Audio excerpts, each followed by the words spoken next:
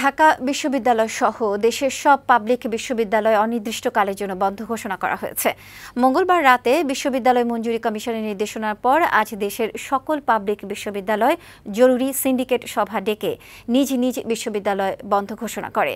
একই সঙ্গে শিক্ষার্থীদের হল ছাড়ার নির্দেশ দিয়েছে কর্তৃপক্ষ। ক্যাম্পাসগুলোতে থমথমে পরিস্থিতি বিরাজ করছে। বিশ্ববিদ্যালয় কর্তৃপক্ষের সিদ্ধান্ত প্রত্যাখ্যান করেছে কোটা বিরোধী আন্দোলনকারীরা। ক্যাম্পাসে পুলিশ, র্যাব ও বিজিবি মোতায়েন রয়েছে। এস.এম. সুমনের প্রতিবেদন।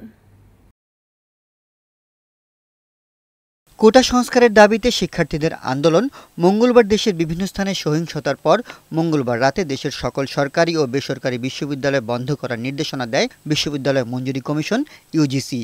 মঞ্জুরি কমিশনের এই নির্দেশনায় দেশের সব পাবলিক বিশ্ববিদ্যালয় কর্তৃপক্ষ বুধবার সকালে জরুরি সিন্ডিকেট সভা ডাকে। ঢাকা বিশ্ববিদ্যালয় কর্তৃপক্ষ দুদফা সিন্ডিকেট সভা করে অনির্দিষ্টকালের জন্য বিশ্ববিদ্যালয় বন্ধের সিদ্ধান্ত ঘোষণা করে। বুধবার বিকেলের মধ্যে শিক্ষার্থীদের আবাসিক হল ছাড়ার নির্দেশ দেয়। ঢাকা বিশ্ববিদ্যালয় ক্যাম্পাস এলাকায় থমথমে পরিবেশ বিরাজ করছে। বহিরাগত কাউকে বিশ্ববিদ্যালয় এলাকায় প্রবেশ করতে দেয়া হচ্ছে না।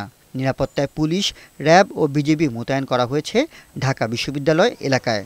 প্রবেশ পথগুলোতে ব্যারিকেড দিয়ে সতর্ক প্রহরায় আছে তারা। বিশ্ববিদ্যালয় প্রশাসন আমাদেরকে যখন যেভাবে ইনস্ট্রাকশন দিচ্ছেন তাদের সকল ধরনের আইনি সহায়তা এবং পুলিশি সহায়তা দেওয়ার জন্য আমরা মূলত এখানে আছি।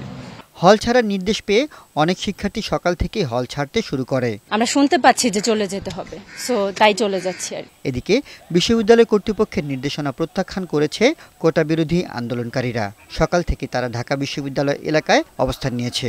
ক্যাম্পাস থেকে অবিলম্বে পুলিশ ও বিজিবি প্রত্যাহারের দাবি জানান কোটা বিরোধী আন্দোলনকারীরা। বেলা 12টার পর ক্যাম্পাসে মিছিল বের করার চেষ্টা করলে ছত্রভঙ্গ করে দেয় পুলিশ।